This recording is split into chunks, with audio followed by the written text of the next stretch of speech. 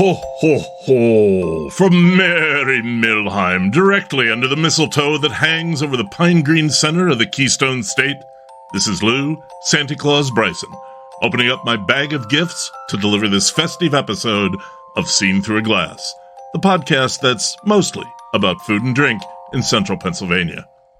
Welcome back after my 4-week hiatus. This is season 2 of the show, and we're starting with the smack dab center of the holidays episode. There's a holiday feel around here. All the pretty lights are on, and I've been pulling together all the drinks, food, and central Pennsylvania atmosphere that make the holidays come alive for folks. What's in old Lou's sack this time? Let's see, boys and girls. Oh, here's one of your favorites. It's an interview with the very smart folks at the Food Sciences School at Penn State, and it's all about holiday hams. That's the inside scoop from the Meat Lab, so you know that's a good one. What else? Oh, looky here. I have a very nice interview with Miss Ruby at the Hummingbird Room in Spring Mills, one of the East Coast's pioneers of the farm-to-table movement. We're going to chat about their great holiday takeout menus with ham and lasagna and tarts and that fantastic salmon mousse. Oh, be careful. That's hot. We have 3 of my favorite hot drinks, a hot toddy, Glühwein, and the toast of coal cracker country, Boilo. I'll tell you all about them, how to make them, and yes, we'll drink some. And if that doesn't warm you up, we're going to cook a batch of my wife's family's favorite dinner for winter days, a delicious and easy fish chowder that can go in a lot of different directions. Is there anything else in there? Of course there is. You don't think I'd forget the Christmas candy, do you? I've got an interview with the folks at Gardners Candies in Tyrone, where they put the magic in peanut butter meltaways. I got a tour, and I got some great pictures. Pictures? That reminds me. At the end of this episode, you'll get the details on how to enter our very first Seen Through a Glass contest, with a chance to be the first to get some of our upcoming podcast merchandise. We're going to do all that in a special supersized holiday episode. But first, here's what I'm drinking today. And if you listen to last year's holiday episode, you know I'm going to be drinking more than one thing today. First is Samuel Smith Winter Welcome Ale. Now, I've been drinking beer outside the mainstream for over 40 years, and Sam Smith's Winter Welcome has been on my table almost every winter since 1990. Some years I bought a 12-pack of the 500 milliliter bottles and gave half of them out as Christmas presents. Because every year there's a different Christmas-themed label with a beautiful painted scene of some part of English Christmas. This year, it's a decorated steam excursion train. This beer is always a tour de force of the delights of British malts and of the signature Sam Smith yeast. It comes in at about 6.0% ABV and a fairly low IBU of 32. Let's get at it. This pours a nice light copper, kind of like a lightly used penny. Nice parchment, creamy white head on it. Not a lot of head. This is it's a bottled English ale, so it's just a light but tenacious cap of foam on here. I smell kind of an earthy, nutty aroma. Some of that's from the yeast, some of that's from the English hops. And there's a nice bready freshness here as well. Oh, boy. If you ever had digestive biscuits, the very plain English cookie, it's just a nice whole wheat cookie. This is a lot like that. It's got some of those same kind of dryly sweet malt flavors. But there's also some of that kind of earthy floral hop aroma and a nice bitterness on the end that I really don't think I ever noticed before. That is mouth-filling, but refreshing at the same time. I love this beer. I love when it comes out. And, you know, if you've never had any of the Sam Smith ales, you really ought to take a look. This one, the classic pale ale, my wife and I actually had pale ale in our room the night of our wedding. We had an ice bucket, and instead of champagne, we had 4 bottles of Sam Smith pale ale in there. The Taddy Porter, the oatmeal stout, the imperial stout. These are all fantastic beers that have sadly been left kind of in the dust of American craft beer. They deserve your attention. They're very, very good beers. And this one, kind of caps things. Love this beer. Go find some. I get this as Wegmans. It was a 4-pack of bottles. Very good. Well, that's one down. I got to tell you, Santa's going to need some snacks if this is going to keep up. Now, one of the things that surprised me when we moved here was the butcher block at Penn State. It's a butcher shop with excellent beef, pork, lamb, and sausages, and it's about 100 yards from Beaver Stadium. They're only open on Fridays and only during the fall and spring semesters at Penn State. You have to get there early. They open at 9, and there's always a line, and when they're out, they're out. The meat is all raised, slaughtered, and butchered at the university, and the sales from the store help fund the Penn State Meat Laboratory. But, that's a whole story on its own, and one that will be coming up on the show in 2024. I already did the interview. But what I talked to Dr. Jonathan Campbell about this time was holiday hams. The Meat Lab does a small number, under 100, of hams for the holidays, and you have to know how to order them, which we'll talk about in the interview. But we'll also talk about how the hams are made and how to roast your ham, whether it's a Penn State Meat Lab ham or not. Let's go. Hey, I'm here with Jonathan Campbell, Extension Meat Specialist. Is that right? Did I get that right? That's correct. Okay. We're at the Meat Lab at Penn State, the place where all the good meat happens. That's right. Yeah. I asked people, what do the holidays mean to you in central Pennsylvania? And a lot of people's talked about the holiday ham. Okay. So great. Tell us about the hams. How are they prepared? So actually, we will be making them this coming Thursday. Oh, okay. The 7th? 7th, that's okay. correct. All right. Yeah, so December 7th, we'll start curing those hams. Mm-hmm. It's about a 10-day process. And so for those of you that may not be familiar, the ham comes from the hind leg of the pig.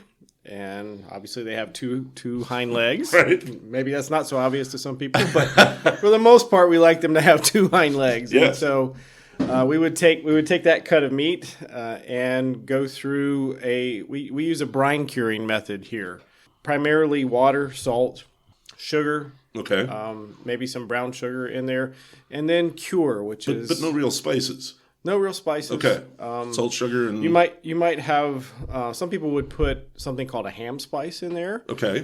Which is kind of that holiday smell, if you want to think of it that Right. way. And so some of your aromatics that are traditionally thought of as this time of year. So maybe clove, cinnamon, nutmeg, allspice, those types Kind of stuff you put in a ham glaze to Correct. begin with. Exactly. Yeah. Okay. And not everybody does that when making a ham, but just a good basic ham would salt, kind of a great good thing to have a preservative in there. Most people don't think of salt as a preservative, but it is the original preservative, right? Water just helps to make that process go faster. Okay.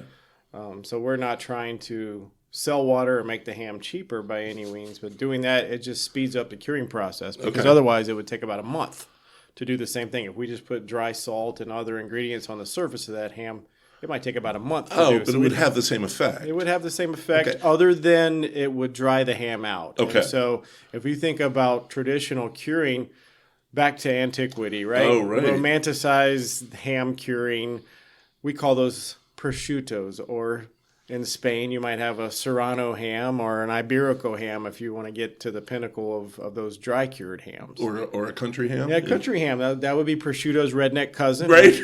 And since I grew up in South Carolina, I can have the full authority to say that, right? Because I'm related to a lot of those folks. But in all seriousness, that process dries the ham out as a means to preserve it. Right. And so we're using modern refrigeration and water to get that salt and cure ingredients. And the reason we add sugar would just be to counterbalance some of the harshness of salt. Oh, okay. Yeah, so most consumers only tolerate somewhere between maybe 1.5% and 1.8%, less than 2% salt. And that brine may have 5% salt in it. Not all of that is getting into the ham, obviously. You wouldn't be able to eat it. Okay. But it may have around 2% salt in the product. And that's a good preserving method along with that refrigeration. What is the cure doing? So the cure is actually distributing ingredients all throughout the ham so that the surface of that ham tastes just like the center of that ham. Oh. And then the main curing ingredient that is seemingly controversial is sodium nitrite. Oh, okay. Well, sodium nitrite is one of the best ingredients that we use in the meat industry to fight. Maybe you've heard of botulism or food poisoning, right?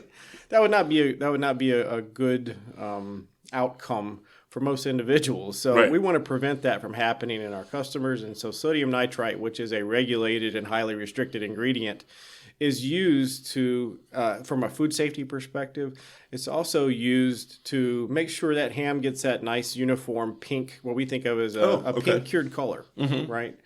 Yeah, I mean, because when you start the cure, it just looks like pork. Exactly. Right. Okay. And if you cook, it's like shrimp. Some people think shrimp come pink. They don't. They don't. That's exactly right. And so heat does play a role in that chemical reaction. Oh, right? okay. So when we smoke and cook those hams in our smokehouses, that helps to facilitate and complete that curing reaction and really chemical reaction that's happening inside that meat. And that's really kind of where I got my start in meat science. So those types of questions really drove me to want to learn more and do things more correctly and safely for our customers. The show is going to come out the 16th. Is that too late for people to get a ham? Or are we talking about hams for next year for most people? Yeah, you're probably talking. We do hams at around springtime too, so around the Easter holiday as well. Okay. And so we'll do hams twice a year typically. So how do people order a ham?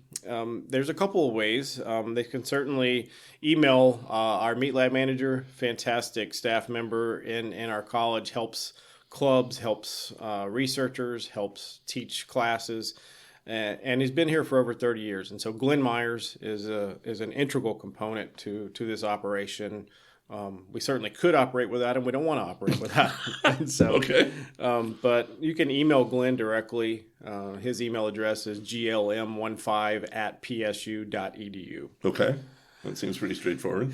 And so our last meat sale of the year will be, unfortunately, after this airs. Or before this airs. Or it will be before. I'm sorry, you're right. That's I apologize. Right. Sorry. It will be before this episode airs, unfortunately. But we can still learn about some hams. They may have a ham ready for the holidays that they purchased somewhere else. That's what I wanted to ask next. Or maybe they did purchase it here. Maybe they did. How do you prepare that ham? That's a fantastic question, and so we try to so that customers are happy with the product. That's really one of our primary goals, besides safe and high quality products, is to make sure that the customer has some education associated with how they prepare the products. And so generally, you don't want to. This product is already fully cooked, so you're wanting to just simply gently heat that product. And a good rule of thumb would be somewhere around an oven that is 325 degrees Fahrenheit with a little bit of water in that pan.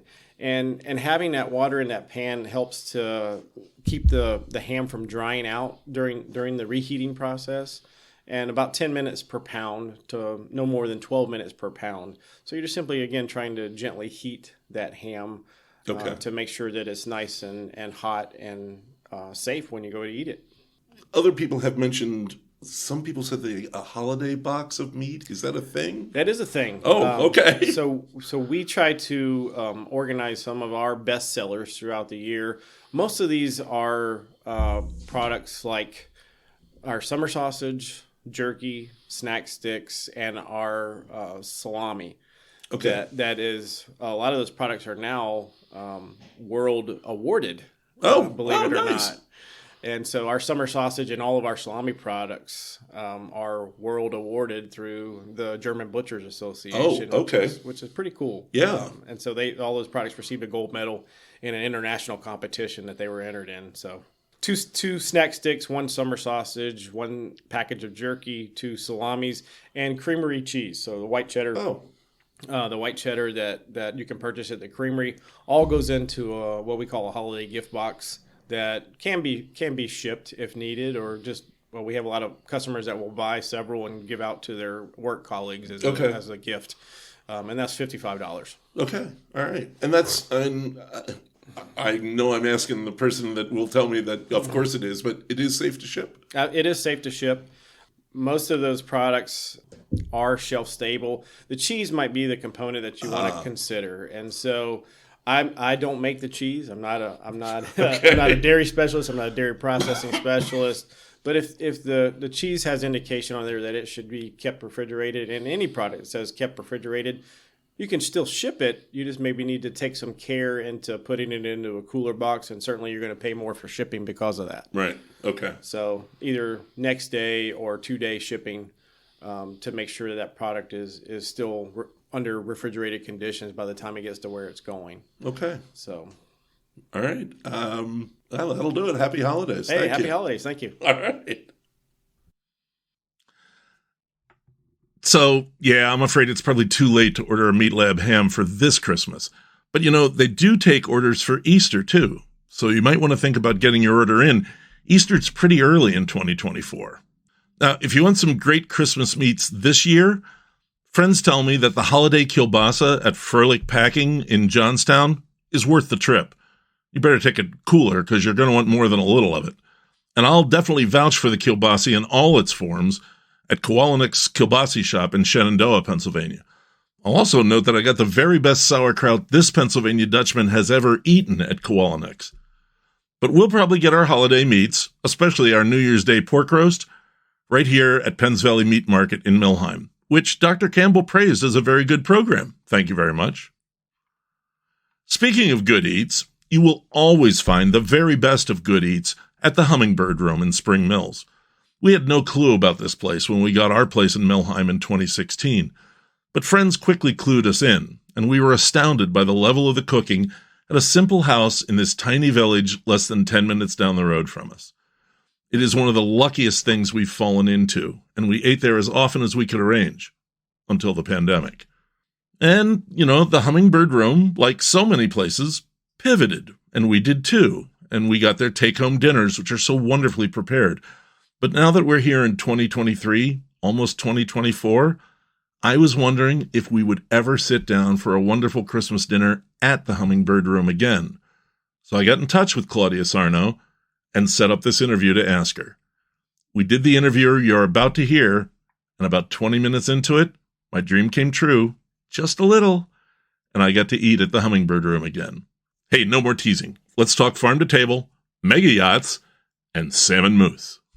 Hey, I'm here with Claudia Sarnow at the Hummingbird Room. She's the co-founder, co-owner, baker, janitor, I assume? Often. All that. Right. It's good to see you. Good to see you too, Lou. Yeah, thanks for, you are in the peak busy season. Right in the thick of it. Yeah, and you're taking a little time for us. I appreciate it. Our pleasure. Yeah. This is what we do. All right. I'm out there in the parking lot, and I'm like, here, it's a miserable day. It's 1:00 on a Sunday, and we're both taking the time to do this. I'm like, why does anyone do these jobs? Because it's great when it's great. It's great. It really is. It's so fulfilling. First things first, this show is going to drop on December 14th. What can people still get? What can they still order? We are creating, baking, packaging right up until December 23rd. Okay. What we've done with this new, which I'm sure we'll get into, our new business plan focus is around specific dates with maximum quantity of effort. And then we go away and we come back next week. So we're not a every day of the week thing, but we have targeted the next 3. We have Saturdays in December. So by the 14th, we have the 23rd and the 16th. So we have 2 weekends where we have an amazing array of retail items and bakery goods, and we have a fantastic holiday dinner that we put out on the 23rd. A beautiful looking dinner. Yeah, it's a nice dinner. Yeah. So we have lots. How do people find that menu? Okay, that is the trickiest part of what we do. And that is not accidental. All this stems back to probably not too long ago during COVID when things got closed. And my newsletter that goes out, which we've done for about 10 years now, doing things not all full time. We have a variety of different things we do. We send it out via a newsletter. So the best way to find out about what we're doing is to go to our website, and there is a form that says, if you'd like to know what events we're doing. And the website is? www.thehummingbird.room. Thehummingbird.room. Yes.com. Okay. And that's the best way. And if you sign up, then you will get newsletters. You'll see. You can directly email me, but it's best to wait until the menus drop and you can see exactly what things are available when, and then you can write me questions, because I try to spend most of my time in the kitchen and less of my time on my phone or on the internet. So yeah. That's what we do these days. So, I mean, then that's how we got it from word of mouth. You know, we came up here 6-7 years ago, and Amy Seaton at Elk Creek says, "Haven't you been to the Hummingbird Room?" What's that? It's kind of like our speakeasy format. And it works really well for us. You know somebody? Yes, I know a guy who knows a person who knows a thing. Because what happened was we started very long ago. You know, we opened in 1993. And How did that happen? I wanted to ask that. We might as well just start there. Okay, it's a long story. So I'm sure you've told it a couple times. A few times over 30 years. Okay. My husband was working at Penn in Philadelphia, and we had a small child who is now 31 years old. And one night, Eric came home from work and said, "Where's the baby?" And I said, "He sleeps for the night now." And because he worked restaurant hours, he said, "I'm never going to see my son grow up." And I said, "Not if we don't do something different." And as luck had it, because I had attended Penn State, I had friends in this area, and someone said, "Did you know that the Woodward Inn is for sale?" So we went and looked at it, but at that time in our lives, in our 20s, the $250,000 seemed like something we could not afford. But lo and behold, 6 months later or something, they contacted us and said, "Would you like to rent space here?" And we said that we could do. So really, in just the foolish naivete and optimism of youth, we moved up to No Market, 45 minutes from State College, right. 45 minutes from Lewisburg, and said, "Hey kids, let's put on a show." And we literally tried to take fine dining, Eric's talents from Penn, one of the finest restaurants in the country, and do it here. But back then we did not have farm to table. Right. Possibilities. There certainly were a lot of farmers, but they did not grow for restaurants. And when we went to the local butchers, they said, "People around here don't eat lamb or duck or those kind of things you're interested in." So it took a very long time. We were at the very, very glimmer of farm to table. Mm-hmm. And what inspired us to move out to the middle of nowhere literally was because we had both lived in France. And when we got back, we said, this is what everyone should be doing. Why in the U.S.? I mean, you can order anything you want from a distributor, and the big restaurants in the big cities did that. They can order foie gras and caviar and anything they want. But we couldn't understand why people didn't look at local and seasonal. Mm-hmm. And in France, if you want foie gras and black truffles, you go to Périgord. And you go in the wintertime to get those truffles.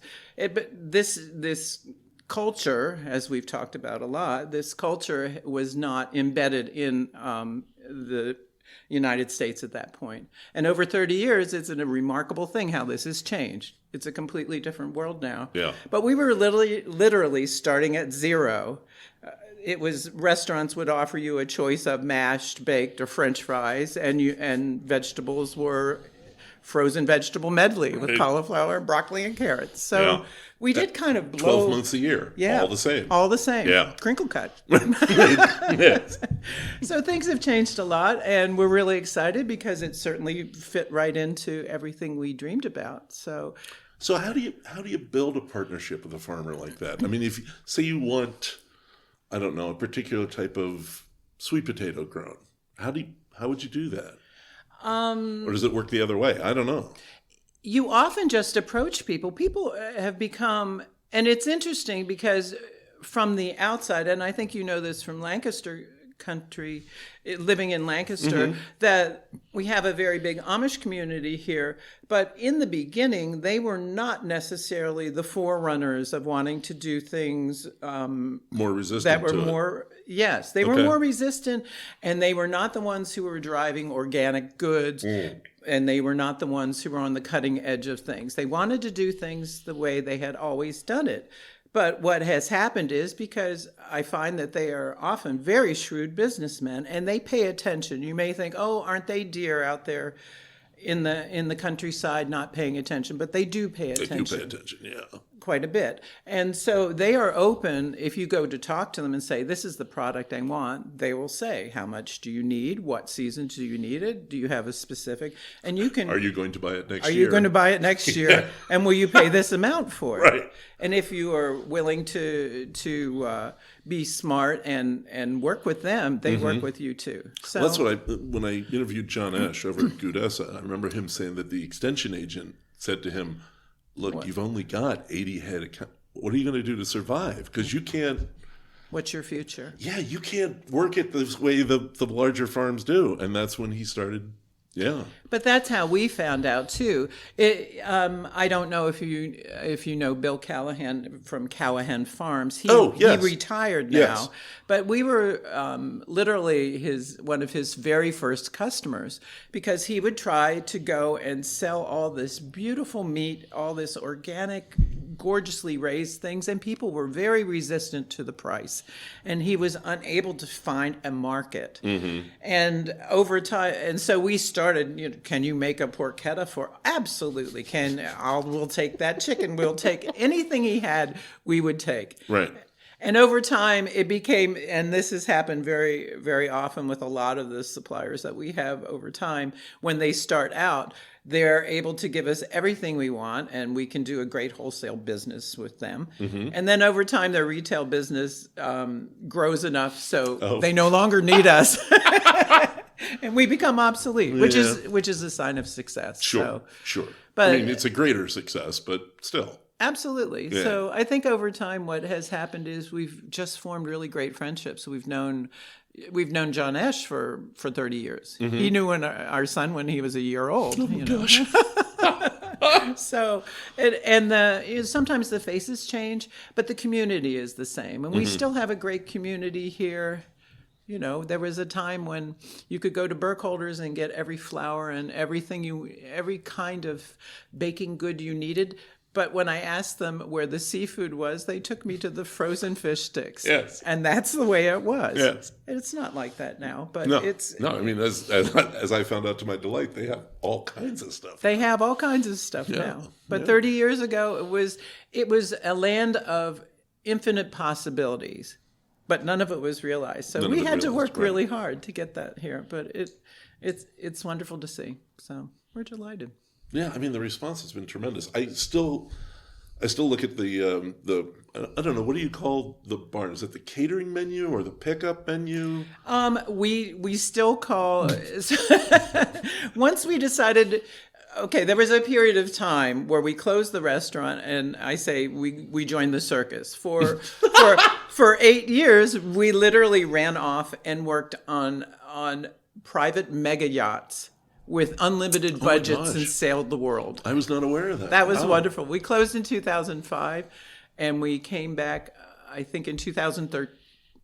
Yes, 8 years. So 2013, and we lived the dream. You must have learned a tremendous amount. We spent the summers in the Mediterranean. We're usually based out of Nice, and Eric did it full time, and I dropped in when I could. Our son was in high school, and in the winters we were in the Caribbean. It was not awful. Yeah. But surprisingly, my husband got homesick and wanted to come home. So, okay. And eventually I relented and let him.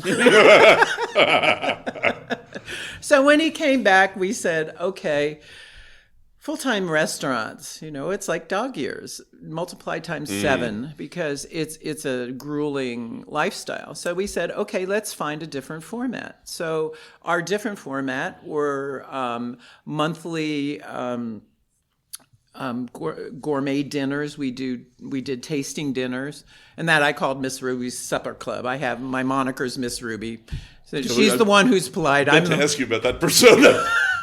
It started when Eric was in yachting, and I wanted to do some things, but I didn't feel it was appropriate to call myself the Hummingbird Room because we are an absolute team. Okay. And somebody said, well, maybe something that has to do with hummingbirds. Oh, the ruby-throated I never even made that hummingbird. connection. I can't believe it. So I became Miss Ruby, Okay. so I could do a little thing that wasn't the Hummingbird Room. Mm-hmm. So Miss Ruby's Supper Club became monthly, seasonal, beautiful, local tasting menus that we did all the time. And then you can't do that 4 weekends in a row. You can do 1 weekend in a row. Then we alternated with barn shops where you had lots of retail items, which we do now. All of Eric's beautiful raviolis and sausages and hams. And I made breads and desserts and fantastic things, jams and our caramel sauce, and all that happened. And that's really what saved us during COVID, because we would do also our gourmet to go was the other part of that. So we alternated weekly with these things. And the gourmet to go is literally a fancy dinner that comes packaged. It's not a reheat. It's not takeout that's hot and you have to go microwave it. It's something that's finished within half an hour of being put on your table that you actually finish with all the frills. The thing I object to when someone buys Blue Apron is that they get a bunch of ingredients that are somebody has shopped for you, but it's only as good as your skill level. And the recipes are obviously minimal because you only have half an hour to get it on the table. Right. But Eric starts making his truffle sauce on Monday, and when you get it on Saturday, it's a fine thing. And I make fancier desserts, and everything's just a little bit fancier, and you finish it home. So when COVID came and everything was closed, and we had nothing more for us to do in person, we realized that we had all the makings of an entire business with gourmet to go. So I believe it started with our Christmas dinner that's coming up. The Christmas dinner has always been the same thing. It's a beautiful seafood bisque with followed by a gorgeous, just fantastic beef Wellington. We have a phenomenal gratin potato that everyone loves. That's we're famous for. A salad with fresh mandarins and cranberries and maple mustard vinaigrette. And then this just over-the-top, soft, moist gingerbread with sea salt caramel and Myers whipped cream. It's a dinner. It's a fantastic dinner. Yes. And that dinner that started when we came back 10 years ago also begat, what are we going to do with November? Became Thanksgiving, which we just fed over 200 people Thanksgiving dinner. And it became Valentine's Day and Memorial Day and Mother's Day and 4th of July. And so we had all those things in place. And when COVID came, the little tiniest slice of our business became our entire business. So pretty much when we're not away from here, we're putting out a menu every few weeks with something that's seasonal and local and fancier than you want to make. And it's packaged for 4. If you're 2 people, you can find easy ways to make that tonight's dinner and a lunch. Eat these parts today, tomorrow we'll eat that. And then I have all the fancy things that people don't have time for. And I think that's the thing that really, it was a tremendous success over COVID, but it's still a success now because people can come on Saturday and pick up homemade breads. My apple cake is famous this time of year, and I'm making a fancy Black Forest cake for Christmas. And we have, like I said, all these things are on these lists. I know you have 2 pages of stuff. I know. That's great. And we do some things. We're getting more into if you know the word traiteur in French, it's where you go to a shop that has prepared fancier entree kind of things and fancy things to go along with it. So that's where our menus have expanded. Eric has his Boudin Blanc Christmas sausages, his pâtés, his smoked salmon, which is world famous. Okay, that was one of the things I wanted to ask you about. I think our favorite thing out of the barn is the salmon mousse, because we just... It's great, isn't it? Oh my God! I find myself when we've dipped all of it, I just take my finger and run it around the inside of the jar and lick it. It's so good. It is. Well, it's made with wild salmon. How could it be bad? Okay. How could it be? How could? So Eric smokes it himself. How do you make that? Well, I don't want secrets. I just want a general idea. But he gets wild salmon, and then he cold smokes it in-house, which is what makes that salmon so ridiculously good. Yeah. And then that becomes the base of that mousse, which is just fantastic. And I laugh because people write me all the time, and they say, "It seems that you have sent me an empty jar. I know it came into the house." And I also have a lot of... It evaporated. I hate to say this, but I have a lot of women who say, I didn't tell my husband that there was dessert in the dinner this week. This is why we almost always get 2 jars of the mousse now. Yes. Yeah. And someone told me that 8 ounces for a jar was amateur and that we need to... I need the Nutella tub size. We need to supersize the tubs of smoked salmon mousse. But I have, we've expanded now over the years. I have when the beautiful tomatoes are in the summer, I make this beautiful Tuscan tomato sauce. So you have the building blocks of meals. Even if you get the gourmet to go dinner, you have other options. I've just added the past couple of years, I have an Alsatian tart that's bacon and Vidalia onions that are caramelized. And then that begat another tart that I did for a dinner that's a savory pear and blue cheese tart. You take something like that and you heat it in the oven for a short amount of time. You make a little salad. You have something else sweet from my list, and you have dinner. Yeah. And it's homemade and it's real. And a lot of these things those tarts and the 4-cheese lasagna with the greens from our garden, fantastic. And they're in the freezer. We make them for you. We put them in the freezer. You keep them in the freezer. You bring it out, pop it in the oven. You have a fresh dinner. Yeah. In under half an hour. And it's made right here. We make everything right here. Right.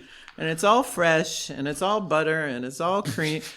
A long time ago, someone asked Eric, what is the secret to your cooking, chef? And he said, pound of butter, quarter cream.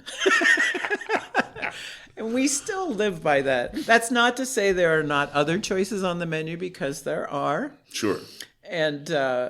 but there are times when we live more austerely, and at other times we have a celebration. Yeah. And this is the holidays, so we say, let's celebrate a little. Sometimes you just need to celebrate another week. For sure. Yeah. For sure. So there was one thing I wanted to ask about the menu, and I was just looking at the latest newsletter. You mentioned that there were some things that didn't get on the biscotti, the scones. How do you make the decision on what goes on and what doesn't? Well, is it just realism? I don't want to say that I am overly optimistic, but I am. I always overestimate what I'm able to do. But the good part about having been in this business so long is that now I understand that I will do this every year. So I am hoping by the 23rd. There's so many things that are popular now. I do really have to pick things like scones and biscotti are intensely labor intensive. So for me, sometimes I have to say, we have to pick a few things that I can make that don't take an entire day to make a few of. So that's the decision. But I also know that in their heart of hearts, if they could just have one of those beautiful, fluffy lemon blueberry scones, it would, or a bacon and cheddar, it would just make their day. Yeah. So I'm hard to always say no. yes, and I'm always sometimes I dangle a little. Well, it's not on there, but there's still hope. That's exactly the impression I got. And we work as hard as we can because the last thing I want to do. I have a relationship with our clientele, and that's that whole thing about subscribing to a newsletter. I get emails every single day, and they aren't just orders. They're people talking about their lives and what's going on, or the last thing you wrote about in your life really hit home for me. I'm feeling the same way. It's become I think the biggest thing I've noticed post COVID is that I think people want experiences and contact. We lost that for a number of years with COVID. And now I really feel like people crave having a real connection, some kind of a heart connection. And I get that all the time. And we put a lot of ourselves in what we do. Yes. And I think it connects with people. I really do. They can tell that we are trying our very best, and we're not, the prices are shocking for us too. Yeah. Why did butter go up $1 a pound from Thanksgiving to today? Yeah. I don't know. And I have to always try and weigh the possibilities, but we never scrimp. We might have to raise the prices, and we know that people understand because quality is everything that we are. Right. It's all about quality. So we do our very best to give people a great product and make them always satisfied. When people want to get some of the barn shop stuff, if I would order ahead, we always do, but if there's other stuff there, there's other stuff there? No, at this point, this is what I did not say about that. Sure. That used to be a live thing that we created, and you literally went into our barn behind our house, and we set everything up.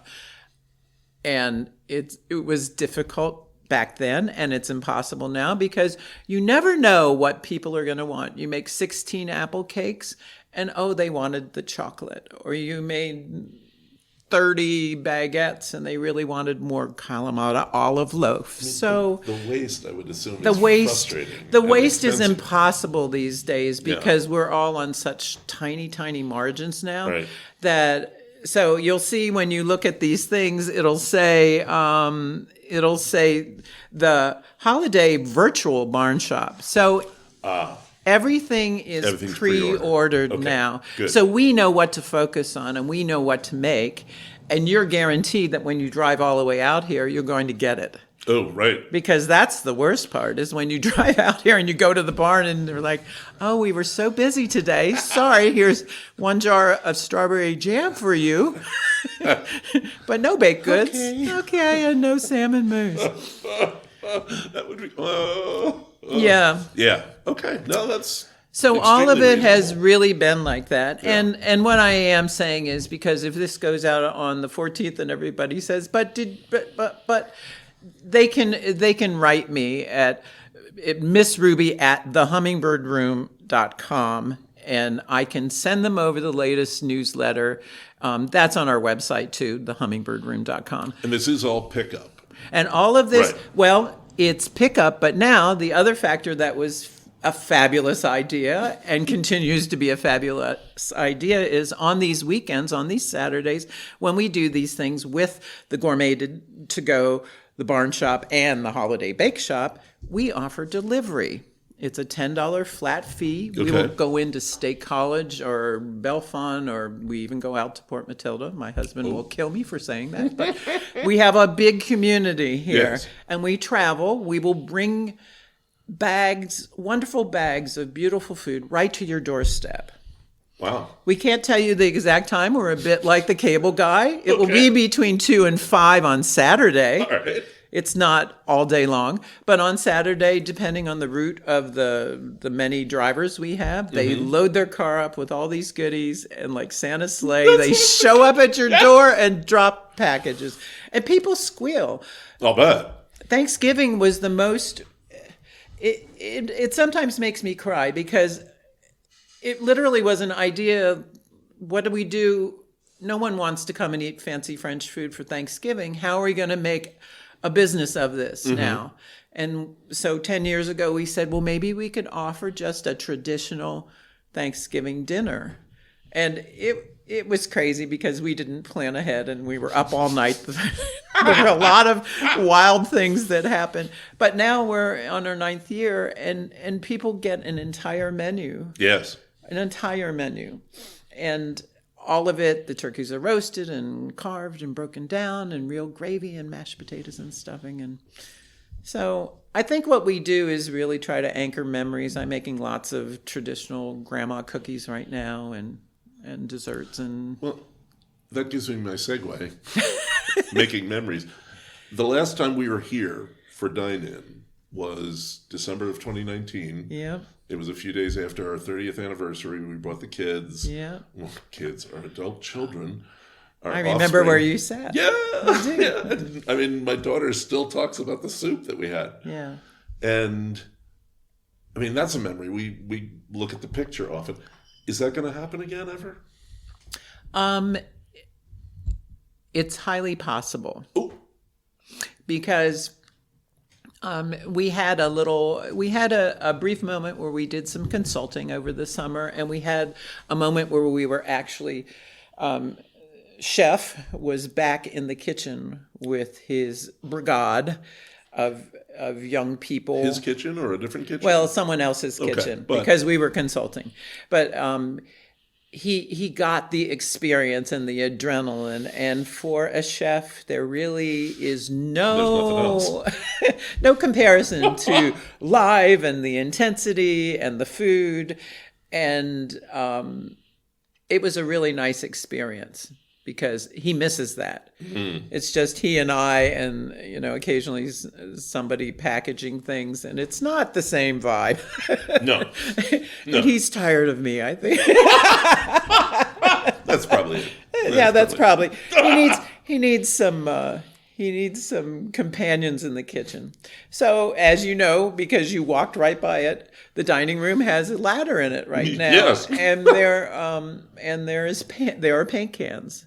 And so this is not an immediate thing. Mm-hmm. And I guarantee it will not be before spring, because we go away in the wintertime. When January comes, when the holidays are gone, yep. We warm our bones and sit under a mango tree, and that's what we need right now. So, but there is a thought about it. I still think that there is a space for live dining, but it has radically changed from what it was before. And all of my friends who are in live restaurants, as I like to call them, say, don't do it.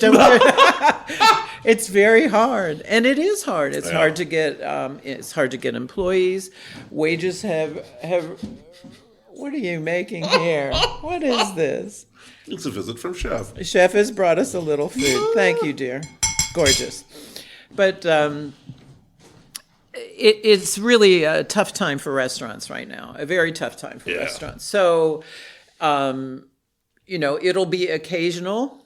It'll probably be quite expensive because it has to be. Right. Because there's no sense in us just doing something that it could be found anywhere else. It really has to be.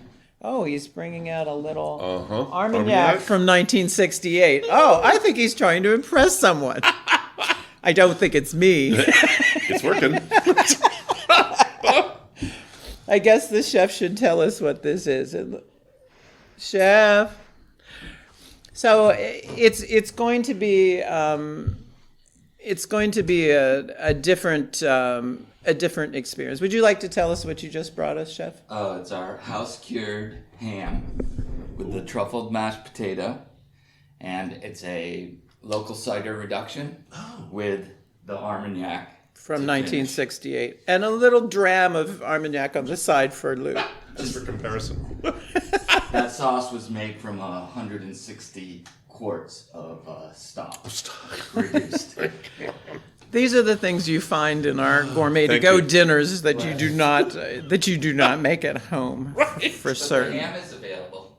Yes, that's true. That ham that he cures himself in house is beautiful and delicious and moist, and so yes, I think what will happen is I felt like we were on the right track when I saw that last year when Renee Redzepi from Noma, the top restaurant in the world, said they were closing their dining rooms and going to a format with retail, and it sounded very much like something we were already doing. And David Chang has closed all of his restaurants but one right now, and he's doing the same thing. Everywhere I look, people are moving to a different format because of the pressures that restaurants are facing, a lot of it with personnel. Right. And people do deserve to be paid more, but restaurants are fighting costs of ingredients and everything. Went up a lot. Everything went up a lot. Yeah. A lot.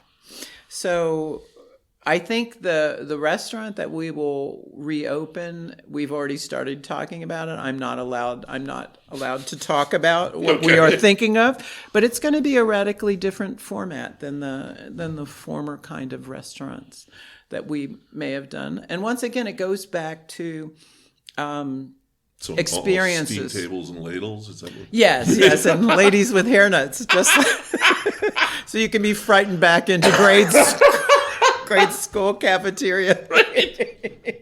No, it's all about connecting with people and experiences, and because it's really important for us to have experiences that mean something to people. Mm-hmm. It's going to be very particular and special. That's what we. That's what we want. That's what we expect, and that's what we always get. We would never have gotten into this if we were not able to do our business model, which is always doing the very best we can. And that's not to say we probably are not the wealthiest restaurant people, because we have this determination that this is the lane that we're in and we want to stay in that lane. And you could certainly make a lot more money in other ways, but it just wouldn't be possible for us to be in this business if we weren't doing it this way. So that's who we are. Yep. Thank you for that. You're welcome. Once again, thanks for taking the time. I do appreciate it. Absolutely. Yeah. It's great to see you. Great to see you, Lou. I cannot wait. And that ham that Chef made us, it was a slice about the size of the palm of my hand with neatly precise grill marks on a little pillow of potato puree made with a hint of truffle oil and dressed with the delicious sauce we talked about. The Armagnac was divine, and I savored every drop.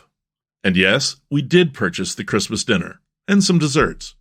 And, of course, some salmon mousse to pick up on the 23rd. Merry Christmas to us.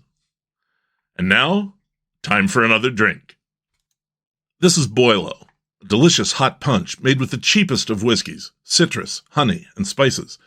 I made this batch last week and put it up in mason jars, which is what you do with Boilo.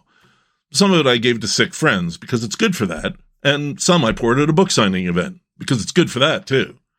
Oh, wait. Did you know I wrote 2 books about whiskey? Well, there's Tasting Whiskey, a broad introduction to all kinds of whiskey, the history, the process, the best whiskey cocktails, food pairing, collecting, and of course, how to taste it, and Whiskey Masterclass, a deep dive into all the ways that flavor and aroma are created in whiskey, from the grain to the bottle on the shelf. You can still get them in time for Christmas on Amazon, or you can buy a signed copy of Whiskey Masterclass directly from me. If you'd like that, shoot me an email at our new email address, seenthroughaglass@gmail.com, and I'll send you the details on how to do that. Okay, commercial's over. Let's get to the Boilo. Wow, this one, this was the last jar I bottled from this Boilo, and I think some of the honey sank to the bottom. Wow, that's really sweet, but it's really boozy too, that's what Boilo is. I mean, oh boy, you can smell the spices and the citrus, and you can, definitely taste the punch. I gave some of this to friends, and they told me that it was one of the stronger batches they've had. So I'm going to tell you how to make this, and it is going to be wonderful for walking in from cold weather. Oh boy, I'm going to keep drinking that. There is nothing like meeting friends who come calling during the winter holidays with a cup of hot Boilo at the door. It'll warm them up, and it gets the conviviality off to a racing start. But to do that, you got to make it. There aren't bottles of Boilo at the state store. Boilo is a Northeast PA coal country thing, a tradition with Lithuanian origins, but it's become popular here in Center County too. Now, the funny thing is, when I first heard of Boilo, when I first tasted it and then made it a little over 20 years ago, it was a fairly closely held secret recipe thing. You had to know someone to get a recipe if you weren't a coal cracker. I got a recipe from a friend who had roots in the area, and I had to promise not to share. Now, hell, it's all over the internet. There was just a webinar on Boilo last night that a Scranton television station hosted. There are Boilo spice packets you can buy online. But don't. You can make your own very easily, and I'm going to tell you how. And by the way, I'll post this recipe and all the recipes in this episode on the Facebook page for now. All the recipes I've used in Seen Through a Glass this year will be going up on the website when it launches next year. Is this the one true way of Boilo that I'm going to give you? No, it's my recipe, and you should feel free to change it, because there are two things to know about proper Boilo. First, most folks agree that the cheaper the whiskey, the better the Boilo. Second, though, and even more important, everyone has their own recipe, and everyone's is the best ever. Go forth and Boilo. So start with a bottle of cheap whiskey. The classic is Four Queens. It's a 101 proof blended whiskey that the PA state stores sell for under $10 a bottle, though you may have to hunt for a store that has it. But any cheap blended whiskey will do, or, God help me, you can get Everclear at 151 proof for about $24. It's your head. Hang on, another sip of Boilo. Honey. Get 3 big oranges, 2 lemons, and 3 pounds of honey. Again, cheap honey is fine. Measure out 2 cups of water into a large pot with a tight-fitting lid, and add the honey. Measure your spices. You're going to need a teaspoon of whole cloves, a half teaspoon of allspice, a teaspoon of peppercorns, a cinnamon stick, and here's the weird part, a tablespoon of caraway seeds. Now that seems like a lot of caraway, but they're really just going to bring everything together and you barely taste them. Add the spices to the pot. Get your oranges and lemons, wash them well, peeling off any labels, quarter them, and squeeze them hard into the pot, and then add the squeezed fruit in there too. Put the pot over high heat and bring to a boil for 5 minutes. Then you turn the heat all the way down and let it simmer for 30 minutes. Get a mesh strainer, or I just put a clean dish towel in a metal colander, and pour the liquid through it into a large bowl. Give the pot a quick rinse with hot water, pour the strained liquid back in, and pour the whiskey into the pot.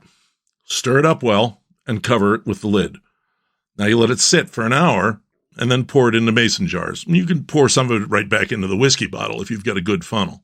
Put the cinnamon stick in one of them just for fun. Then refrigerate and wait for the company to arrive. The best way to warm it up is in a covered crock pot so the alcohol doesn't evaporate away, because you wouldn't want that. Serve it in a small coffee cup, garnished with a thin orange slice if you want, and get that holiday spirit. Wow. And right from that to another one, the hot whiskey. The Irish hot whiskey is what you've probably heard called a hot toddy. The Irish are just a bit more direct about it. What I'm telling you about is a slight variation on the hot whiskey. Adding the lemon peel makes it a whiskey skin, if you want to. Let's just call it a hot whiskey. I'm going to make one. We're going to try it. Then I'm going to tell you how it's done. Oh, that is warming.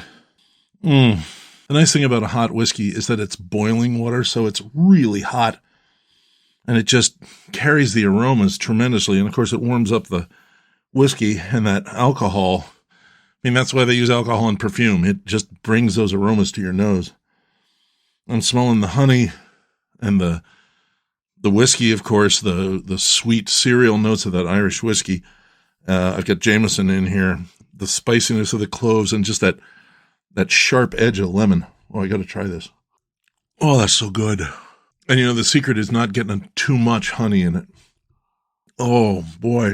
Oh, yeah. Sorry, I'm patting myself on the back here, but I really balanced this one well.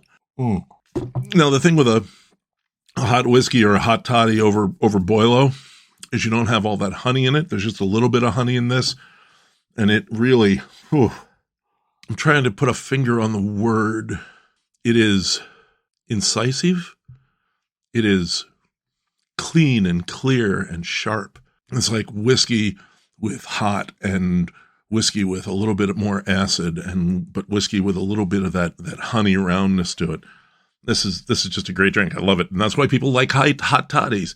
If someone gives you a hot toddy and it's got chocolate in it, you didn't get that. You just get a cup of hot chocolate and pour some rum in it, for God's sake. If you want a hot toddy, it is hot water. And, well, let me tell you how to make them. Hot whiskey is easy compared to Boilo. If it weren't for the boiling water, a 6-year-old could make one. So put your tea kettle on, and while you're waiting for it to sing, take a slice of lemon and poke a few whole cloves through the skin. You don't have to use the cloves, but it makes a better drink. So you get your mug, your Irish whiskey, and some sugar ready. White sugar will do. I used honey. Demerara sugar is more authentic if you have it. When the water's boiling, rinse the mug with a good dose of it and let the water heat up the mug. Pour that out, add a teaspoon of sugar or honey and about an ounce of boiling water and stir it till it's dissolved. Add 2 ounces of Irish whiskey, whatever, Powers, Jameson, Black Bush, and your lemon slice, and another ounce of boiling water. Stir once and enjoy. It's easy peasy and a great way to clear up any congestion you have before you go caroling. So one more hot drink is needed, and it's one that's very much connected to the Christmas season, Glühwein. Glühwein is the German take on mulled wine, a heated, dry red wine with spices, some sugar, and sometimes a stiffening dose of brandy or rum.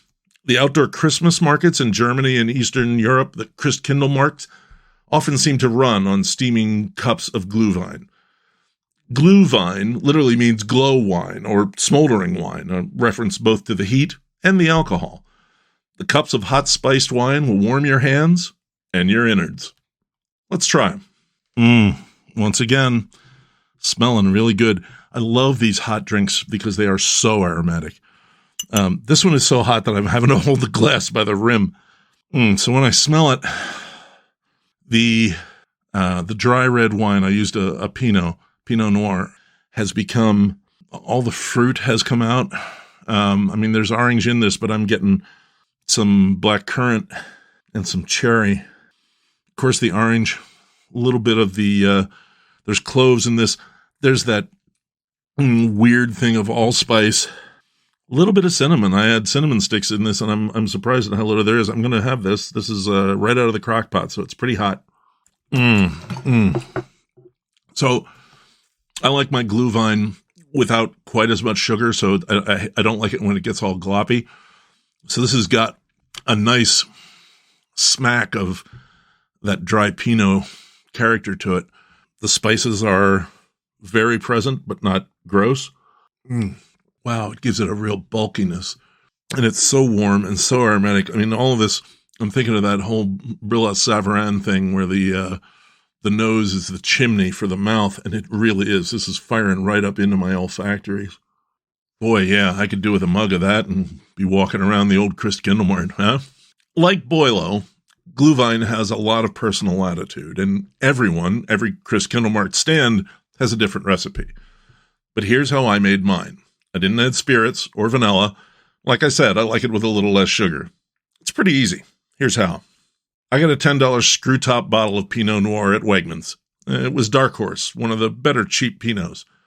I poured it into a small crock pot, and then I took 2 oranges, washed them, cut them into 8 even slices each, and put them in the wine. Spices next. 3 whole cinnamon sticks, 2 whole star anise pods, 5 allspice berries, and 5 whole cloves. And then I put it in a tablespoon of honey, gave it a stir, put the lid back on, let it go for an hour. Got to watch to make sure it doesn't boil, and then I strained out the slices and the spices. I checked it for my personal sugar-honey preference.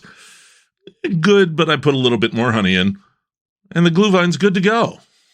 And I'll tell you what, drinking this kind of puts me back in Bamberg, the last German Christkindlmarkt I was at. Fröhliche Weihnachten. Now, when you're out at the Christmas markets and the Christmas parades and the Christmas shopping and the occasional Christmas brew pub or winery visit, it's always nice to come home to a delicious pot of hot soup.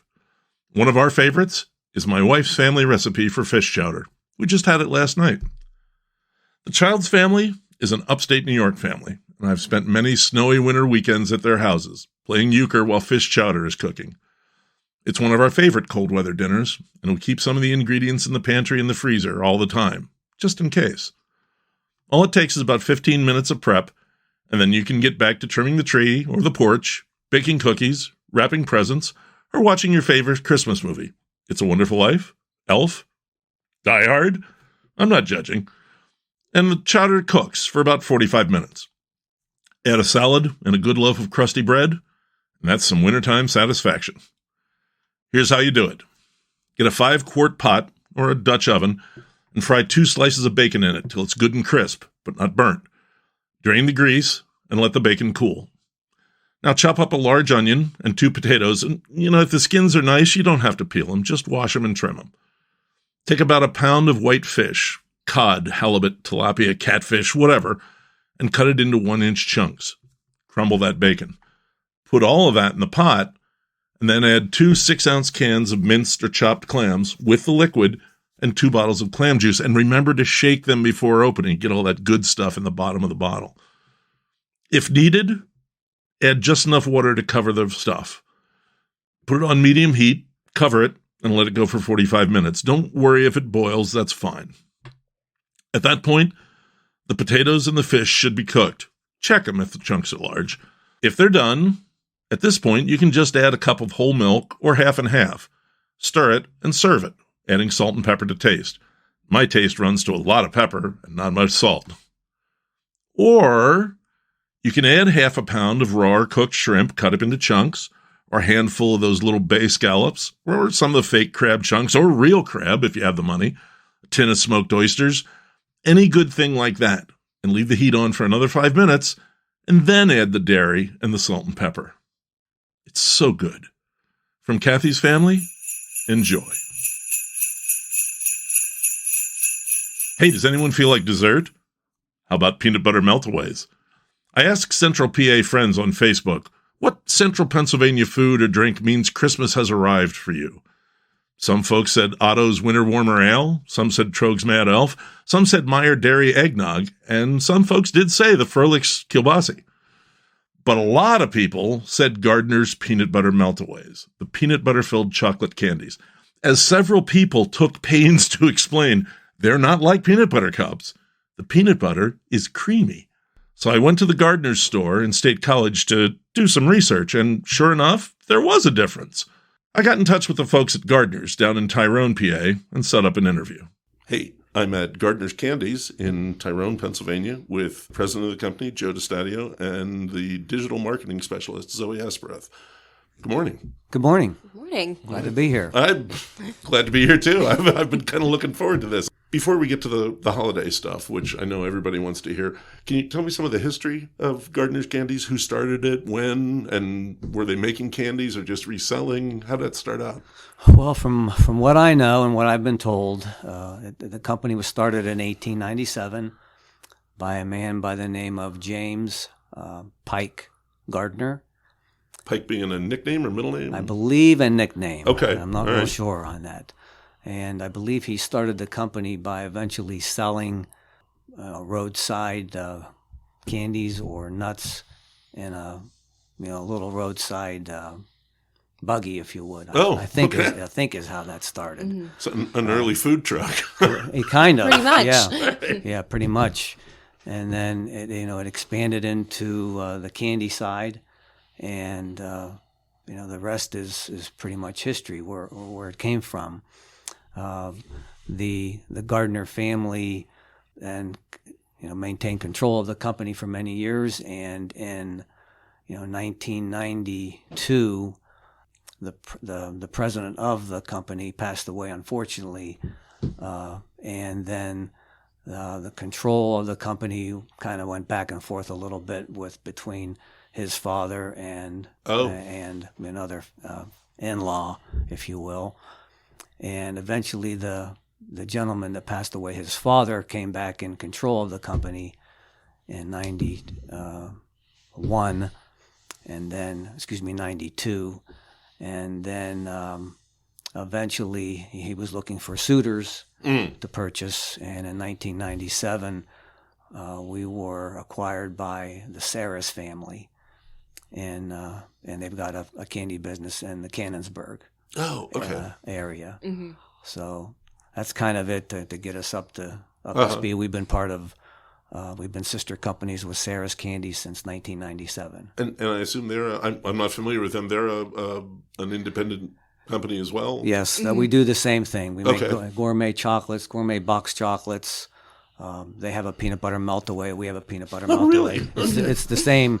The chocolate is formulated for both companies. Okay. And they control the Western PA, Eastern Ohio, West Virginia market. And we've got Central PA here pretty well locked down. So it's been a good marriage so far. Yeah. Good. I always like to hear that. All the Gardners Candies are made here at this facility? Everything is made at this factory, and we run a 1 8-hour shift. Mm-hmm. And we've got 7 retail stores that we own and operate. Mm-hmm. And there is one additional store that we consider a licensed dealer. It's individually owned and operated. Okay. And they're all in central Pennsylvania? Yes, we have one here in Tyrone, one in State College, Huntington, Altoona, Johnstown, Indiana, Du Bois. Okay. Mm-hmm. I believe that was 7. And then our licensed dealer, they're out in Katanning, so even a little closer out west too. All right, I've teased the listeners long enough. Let's talk about the peanut butter meltaways. How long has Gardner's been making those? Boy, I think it may go back to those days. To the origins. I really don't know much about when it was originally produced, but it has been around since then. And we domestically source our peanut butter. Oh, okay. And then we add an ingredient to make it creamy. And that's why you're getting that nice creamy texture to it and taste as well. Okay. So it makes it really unique. Yeah, that's what I was wondering. What is it that makes it? It's because the filling's not. Some of them are cakey. They're not like that. Right, and it's much different than a Reese's peanut butter cup. Very much. Mm-hmm. Yeah. Well, and then the other thing I realized when I revisited, and because I just went up to the State College store recently and got some just so I had that fresh in my mind when I came down.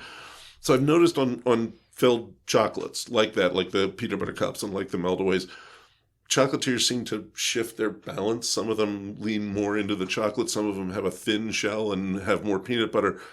You're clearly choosing to emphasize the chocolate.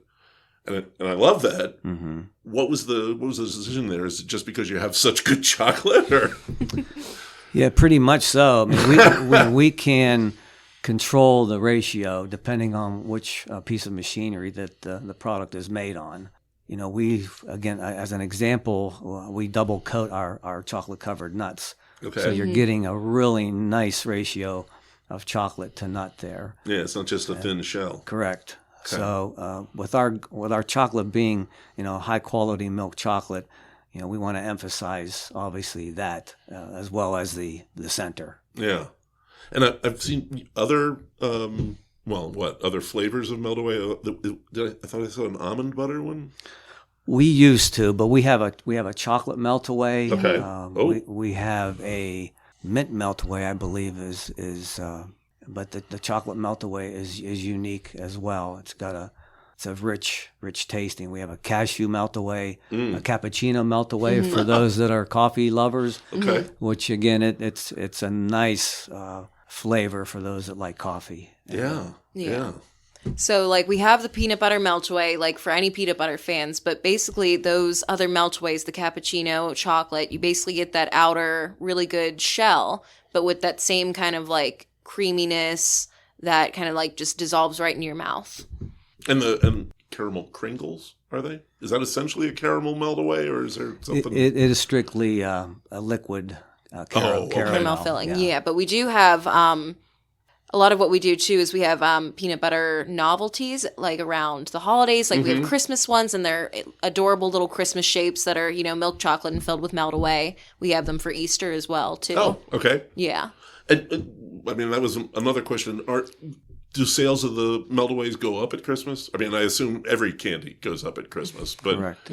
Yeah, primarily the meltaway is our biggest seller. okay. Regardless of the time of year. Okay. All right. It ranks. Yeah. Well, yeah, I mean, the shelving and displays in the stores pretty much give that away. It gets pride of place. Correct. You also do a lot of work with fundraising groups. How does that work? Are the candies relabeled, or it still says Gardners on it, or they're just selling them? It still says Gardners on it. Okay. We have two programs. Basically, we have a candy bar program, and we have a holiday program, depending on the type of year.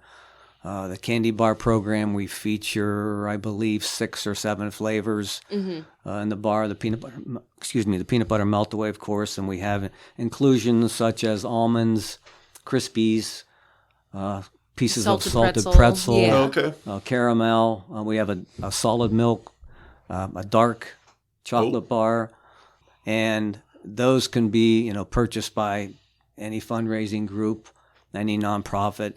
They set the selling price. So the days of the dollar bar, quote unquote, are pretty much coming to an end. I mean, if you're a fundraising group, you want to make as much profit as you can. So, we're promoting the 2 for $3 promotion to our groups. We can't control what they sell it for, but and that seems to be having success right now for us. The holiday programs are the programs that have the colored brochure with multiple items. Choices, and they do an order and correct. Gotcha. And, Okay. We if it's a school group that's selling, we pre-sort each child's order and deliver it and sort it that way. So our service really is second to none when it comes to makes it as easy as I possible. mean, I have to say, as a parent, I thank you. Sure. We lived through that. The employees that do the pre-sorting, they're relieved when the season is finished. It comes to an end. Yeah, they do a great job for us. So. Yeah. Wow. It's always more work. Yeah. And Is that a significant part of the business? The fundraising? It can be. Okay. It's we took a hit during COVID, of course, with the schools being not in session, but we're seeing that coming back, so which is a good sign. Yeah. So you have the store here in Tyrone and the Candy Museum. Tell me about the Candy Museum. The Candy Museum is pretty neat. Okay. It sits between the candy section of our store and the ice cream parlor, and it's got a lot of neat little odds and ends of the candy business. The copper kettles, the metal molds that were used years ago to make an Easter bunny, if you will. all kinds of kooky shapes too. Yeah, and we've got heart-shaped boxes that are in a display case. And legend has it that Mr. Gardner was the developer of the heart-shaped box. So, okay. Somebody had to. Somebody had to. Right. And also in the museum is a video of our PCN tour. Oh, nice. That was done here by the previous president, who does a fantastic job of narrating the tour and explaining what's being done. So it's a constant clip that runs. Yeah. But which is pretty cool. They do such nice work with that show. Oh, yeah. They really do. Yeah. That was a one-man operation. He showed up here with a camera on his shoulder, and it was go time. Wow. Wow. So you can basically stoppage, just sit down and take a walk through the factory, all from the comfort of our museum, which is free. You're allowed to just great. go in, walk around, see whatever you'd like. Of course, I mean, can't resist grabbing some candy or some ice cream, but... Well, tell me about the ice cream. I didn't even know until I started prepping for this that you had an ice cream parlor. We have an ice cream parlor How'd here, that come here in about? Tyrone. I think it was as long as I've been here. I've been here since '91. Okay. It's been around prior to that, and it's hand dipped ice cream. It's purchased through Hershey's Creamery, and it sells well. It's excellent. Yeah, it's very good multiple ice cream. flavors. We do milkshakes, sundaes, banana splits. In Tyrone, we do have some ice cream. We do have an ice cream cooler at our Logan Town Center store in Altoona, which is basically just the hand-dipped. Yeah, I think maybe some you can do that in a milkshakes milkshake there. as well too. So a little smaller scale, but still like same ice cream, super delicious. So just more treats. More treats, candy and ice cream. Tell me more about the stores. The stores are open year-round? Stores are open year-round, and obviously we're a very seasonal business, so we gear up before Christmas and Easter, and our sales do decrease during the summer months, but we'll run specials and do what we need to do to keep our customers engaged. The industry, it's just one of those things you deal with in the summer months. Yeah. It just declines, but you do what you can to keep your product fresh. Yeah. And hard. Yeah. And then that's where the ice cream sales pop up too. Okay. Yeah. Yeah. And that's right in That's a good Tyrone. balance. So, people can come right in off the highway. Yeah, Stop I was down. It's surprised like at how right off easy the it was. exit. Yeah, people who live in town can just walk right over. Right. And with those cooler bags too, we have those and we have a variety of other different types of merchandise as well. So I saw we have that. You have more than candy. Oh yeah, we've got a ton of stuff. Like for any Gardners Candies fan in your life, we've got t-shirts, we've got sweatshirts, we've got mugs. And this year we just debuted our new Gardners Candies ornament too. Oh, I saw that. Yeah, That's very so we nice. need a nice little keepsake for the holidays. Yeah. Yeah, those are brand new. That's great. You guys seem to have a lot of the angles covered here. That's good to We know. try, yes. Yeah. Okay. Well, that'll do me. Thanks and Merry Christmas. Awesome. Thank you Merry so Christmas much. to Have you a as good well. holiday. All right. Thank you. Zoe took me around the factory afterwards. No Oompa Loompas, but it was a bit wonka-ish. The top secret meltaway making machine, the double-coated individually selected nuts, and the amazing piñata-like bash cakes, each filled with wrapped candies, with a wooden mallet included. She sent me home with some samples, and we went out to the store 2 days later and filled everyone's stockings.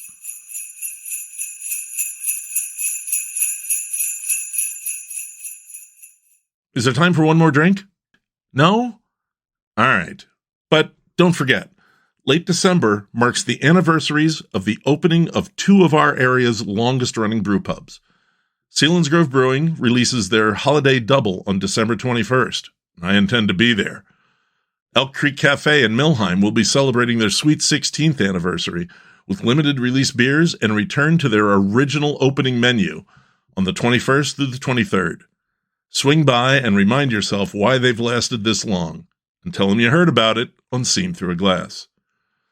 One last note from your small business friends at Seen Through a Glass: remember your local businesses when you do your holiday shopping.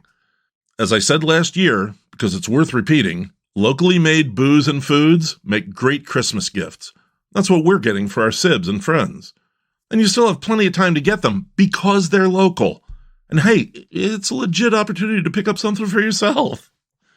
So pick up some made here candy or cheese or beer or wine, some locally roasted coffee or locally harvested honey. The Mifflinburg Christkindl Market is this weekend. Get out and see what's on offer. And remember, the whole town has great stuff, like the wild array of Santa and Krampus at the Stam House, where we visited last year. If your local farmer's market is open, go there. Your local butcher shop probably has some smoked or cured goodies you can ship or hand deliver. Locally made is almost as special and thoughtful as homemade. And some of your own very best recipe Boilo in a pint jar is always welcome. If you're running on the ragged edge and you just don't have time to pick up something, gift cards for local products wherever you are. Beer, cider, wine, honey, candy, cheese, soaps, crafts, whatever. They're quick and easy, and they tuck into a stocking. Sometimes you can even do the whole thing by email. If you're not doing it by email, and you can, pay cash. Because instead of 3% going to the credit card companies, that money will go directly to the local business's bottom line. And believe me, they need it more than Visa does. Whatever you do, however you do it, support your locals. Because that's what Seen Through a Glass is all about.